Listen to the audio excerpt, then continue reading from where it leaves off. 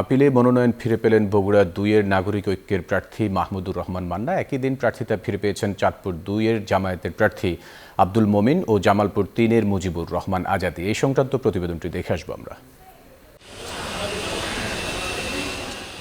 দোরগোড়ায় ত্রয়োদশ জাতীয় নির্বাচন, নানা জটিলতায় মনোনয়ন থেকে ছিটকে পড়াদের ভিড় এখন ইসিতে।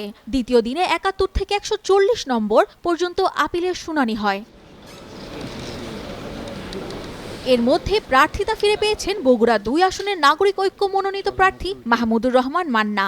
মনোনয়ন ফেরত পেয়েছেন চাঁদপুর ২ আসনে জামায়াত প্রার্থী আব্দুল মনির ও জামালপুর ৩ আসনে মুজিবুর রহমান আজাদী।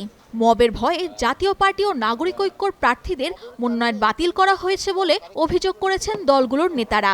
সব মশার বিরুদ্ধে সুরক্ষা দিতে এলো বসুন্ধরা এক্সট্রিম অ্যারোসল, মশার বিরুদ্ধে এক্সট্রিম সুরক্ষা। মবতন্ত্র রিটার্নিং কর্মকর্তাকে ডমিনেট করেছে এবং যে কারেক্টগুলো তারা করতে পারতেন, বলতে পারতেন, অ্যালাউ করতে পারতেন, মবের ভয়ের কারণে তারা করতে পারেনি। আমাকে বিরোধিতা করবার জন্য যে মবক্রাসি করা হয়েছে, এটা ইল ওমেন এক কথায় খুবই একটা অশুভ ইঙ্গিত, যার কারণে আমি মনে করি জেলা প্রশাসক নিজে বিচলিত হয়ে সামাল দেবার জন্য মনে করেছেন একটা খারাপ পরিস্থিতি হবার চাইতে বিষয়টা নির্বাচন কমিশনে যাওয়াই ভালো, না হলে এটা বাতিল করবার কোনো কারণ ছিল না। তবে আপিলে মনোনয়ন ফিরে পাওয়ায় বেশিরভাগ প্রার্থী সমর্থকরা জানান সন্তুষ্টি। আপিলে আজকের আমার মনোনয়নপত্র বৈধ বলে ঘোষণা করছেন। তাড়াহুড়া করতে গিয়ে আমার ২০ নম্বর পৃষ্ঠায় স্বাক্ষর হয়নি বিধায় আমার মনোনয়নপত্রটি রিটার্নিং কর্মকর্তা বাতিল করেছিল। আপিলের ডে আমি বৈধতা পেয়েছি।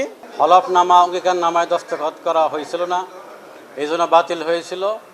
পরবর্তীতে সংশোধন করে আপিল করি, আজকে আল্লাহ রহমতে সেটা বৈধতা পেয়েছে। এদিকে সীমানা জটিলতায় আটকে থাকা কুমিল্লা ২ আসনে নির্বাচনে আর বাধা নেই বলে জানিয়েছেন চেম্বার আদালত। চেম্বার জজ আমাদের এই আবেদন শুনে ইসির যে সিদ্ধান্ত সেটাকে বহাল রেখেছে এবং দাউদকান্দি ১, দাউদকান্দি এবং মেঘনা এবং কুমিল্লা ২, হোমনা এবং তিতাস বহাল রেখেছেন। এদিকে সকালে ত্রয়োদশ জাতীয় সংসদ নির্বাচন ও গণভোটকে সামনে রেখে সেনাবাহিনী সহ আইন শৃঙ্খলা বাহিনীর ১৬টি সংস্থার সাথে বৈঠক করে নির্বাচন কমিশন। ইসি আবুল ফজল মোহাম্মদ সানাউল্লাহর নেতৃত্বে সংস্থাগুলোর সাথে প্রতিনিধিদের এই বৈঠক হয়।